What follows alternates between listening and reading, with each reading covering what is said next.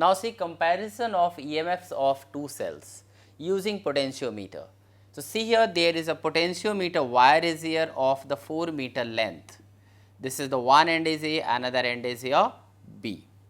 Now between end A and B, battery is connected of EMF E, that is called driver cell.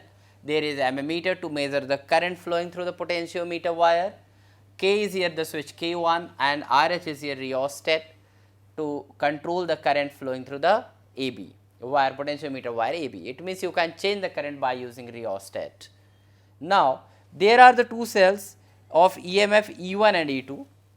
These two cells are connected here with the two-way key here, and this point we can take 1, this way can take 2, and this two-way key, then in one end of this key is connected to the resistance box.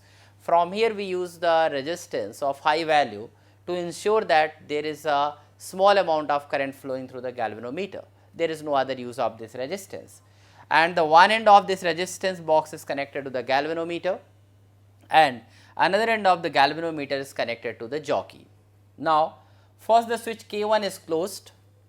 When this switch K1 is closed and here switch 1 is closed, it means cell E1 is connected. When the cell E1 is connected and balancing length is obtained at the point J, it means that length is here, we can write here AJ is equal to L1.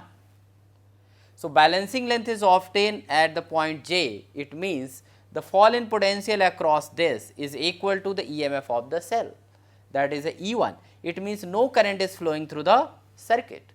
So whatever is the fall in potential along this wire, that is equal to the EMF of the cell. So we can write E is equal to E1 is equal to KL1, where K is known as potential gradient. So this is for the cell E1. Now we remove the switch from this is 1, it means this connection 1 is disconnected here, and now the switch is here put at this point 2, that means the cell E2 is connected.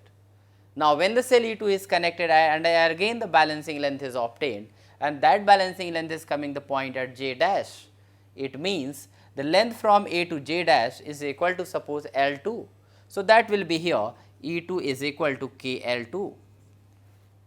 So you have got the EMF of the first cell, that is KL1, where K is potential gradient, that can be calculated, and E2 is equal to KL2. But here we are going to compare the EMF of these two cells. So we do not need the value of K. So now we can write E1 upon E2 is equal to KL1 upon KL2, KK, and this will get cancelled.